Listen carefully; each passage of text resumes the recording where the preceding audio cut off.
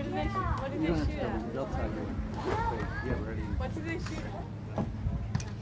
They have blanks, so they just aim that way. Oh, they could hit that guy. But there's nothing in the gun. It's just blank. Squad. Oh. Gunpowder, but no bullets. Peter is the center. Take intervals at 5 paces. March.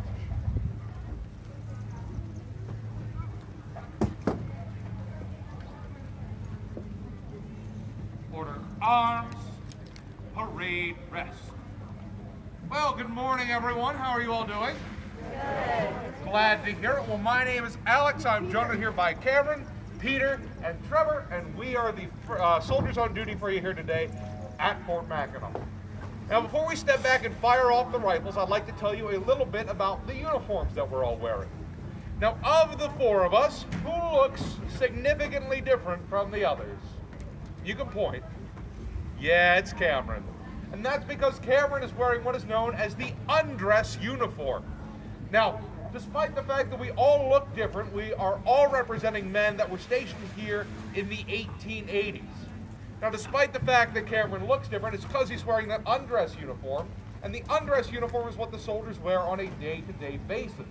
They'll wear it when they're doing work, when they're relaxing, when they're downtown, and because it is essentially the jeans and t-shirt of the military. And that's not necessarily because they want to wear it, it's because they have to wear it. Because when you enlist in the Army of the 1880s, they take all of your civilian clothing, and they issue you that uniform and this uniform. That way, if you try to run away from the Army, you could do it one of 2 ways. Wearing one of these uniforms or naked. And either way, you'll stick out in the crowd. Now, the rest of us are wearing what is known as the dress uniform. Now, this uniform does not look typically American, especially the large spiked helmet. Who does it look like we're copying? Germans, exactly correct. And that's because we are copying the Prussian army out of Germany. Because in the 1880s, the Prussians are widely considered to be the best military in the world. And the United States is widely believed to not be the best military in the world. So, it's a matter of dressing for success. We copy their uniform so we can look a lot more professional. Now, this dress uniform is going to be saved for special occasions. Things like a wedding or a funeral, a dress parade, anything formal. It's essentially a tuxedo. And so most soldiers are going to keep it very clean, very polished, locked away in their footlocker. However, here at Fort Mackinac, we wear it quite a bit more often because in the 1880s, much like today, Fort Mackinac is a tourist destination. And so, even back then, we were allowing people into the fort to come look at the soldiers on dress parade. And so the soldiers would have been wearing their dress uniform several times a week. Now, that being said, you would never go into combat in your dress uniform because, heaven forbid, you get your dress uniform dirty. Instead, you'd be dressed like Cameron, and you'd be carrying one of these. But to tell you more about that, I will turn it over to Trevor. All right. Well, thank you, Alex. Now, the rifles that you see right here, these are Springfield 4570s. These are the first standard-issued breech-loading rifle received by the U.S. military. These rifles here replace the muzzle loaders that they had been using during the Civil War and up till that point. So now, instead of loading up here at the muzzle end of the rifle, we're doing all of our loading at this nice, convenient rising breech located in the rear. And to load, you'd simply pull back twice on the hammer and then flip open the breech. And from there, you could insert a fairly modern-looking brass 4570 cartridge into the breech, close it back up, pull back once more on the hammer, and you were ready to fire. And this drastically cut down on the reload time from the muzzle loaders from about 15 seconds down to about 5. But it also helped to improve accuracy because now the bullet of the rifle, the bullet can hug the rifling very tightly on the inside of the rifle here.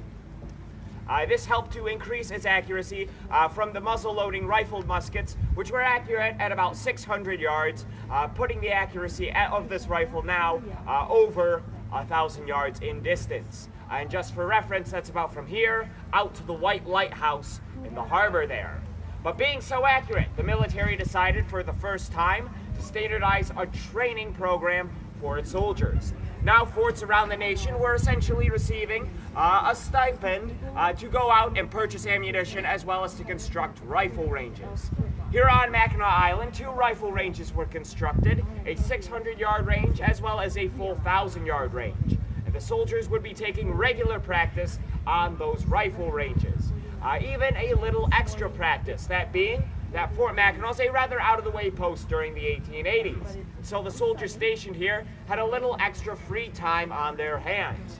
Because of this extra time, well, they got in a little extra rifle practice, and thus we were able to produce some of the best marksmen in the military during the 1880s. Many of the soldiers stationed here, in fact, could consistently hit the target at between 600 and 800 yards. And we even had a dozen or so soldiers consistently hitting the target at that 1,000-yard distance. Now, with that being said, I'm going to warn you at this time, these rifles are rather loud. So as you can see, myself and the other soldiers here, we're going to be putting in some historically inaccurate foam earplugs. But it's at this time I'm going to recommend to you all to insert your own historically accurate earplugs. They are located right at the ends of your fingers. They go in just like that. But with that, we'll step back, we'll fire off 2 shots apiece, and I hope you enjoy. Put your hands over your ears. Squad, attention. Harry arms.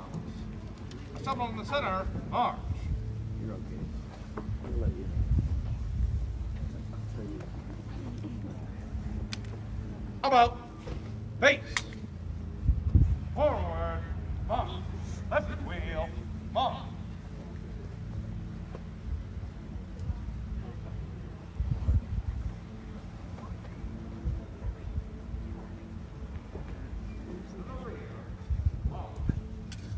Squad, halt. Up on top of the hill, I need you to move to the left of that wooden sign. Thank you. Hit you with their blades. Open boxes. Move. Put the guns on the left. Ready. Aim. Fire. She's awake. One more time. Firing by file. Commence. Firing.